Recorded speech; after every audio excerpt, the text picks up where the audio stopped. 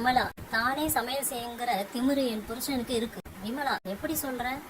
அமலா, ஏதாவது சொன்னா பூரிக்கட்டையால மண்டையை உடைச்சிருவேன்னு மிரட்டுறாரு. ஒருவர் டேம்ல வேலை பார்க்கிறவரோட பெண்ணை கட்டினது பெரிய ஒம்பா போச்சுன்னு சொல்றியே ஏன்? மற்றவர் தினமும் 500 கன அடி கண்ணீர் விட்றா. தோழி 1, சொன்னதெல்லாம் கேட்குற நாய் ஒன்று வளர்த்தியே, இப்போ எங்கடி அதை காணோம்? தோழி 2, எனக்கு தான் இப்போ கல்யாணம் ஆயிடுச்சு, அதனால அதை வித்துட்டேன். டாக்டர், உங்க மனைவிக்கு தொண்டையில மைனர் ஆபரேஷன் தான், 2 நாள் மட்டும் அவங்களால பேச முடியாது. ஒருவர், அப்ப மேஜர் ஆபரேஷன் பண்ணா எவ்வளவு நாள் பேச முடியாது டாக்டர்? ஒருவர், என்ன டாக்டர் இந்த நடுராத்திரியில கிளினிக்கை திறந்து வச்சுட்டு இருக்கீங்க?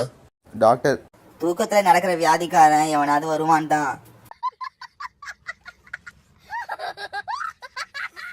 நோயாளி, பகல் கனவு பலிக்குமா டாக்டர்? டாக்டர், பலிக்காது, ஏன் கேக்குறீங்க? நோயாளி, நீங்க ஆபரேஷன் செஞ்சு நான் பிழைக்கிற மாதிரி கனவு கண்டேன்.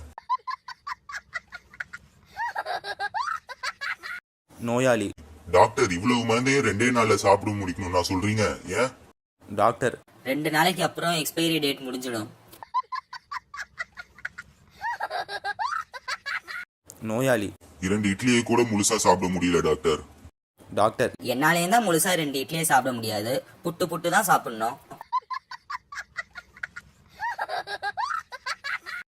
தேவி, டாக்டர், என் கணவருக்கு ஞாபக மருதி வியாதி அதிகமா போச்சு.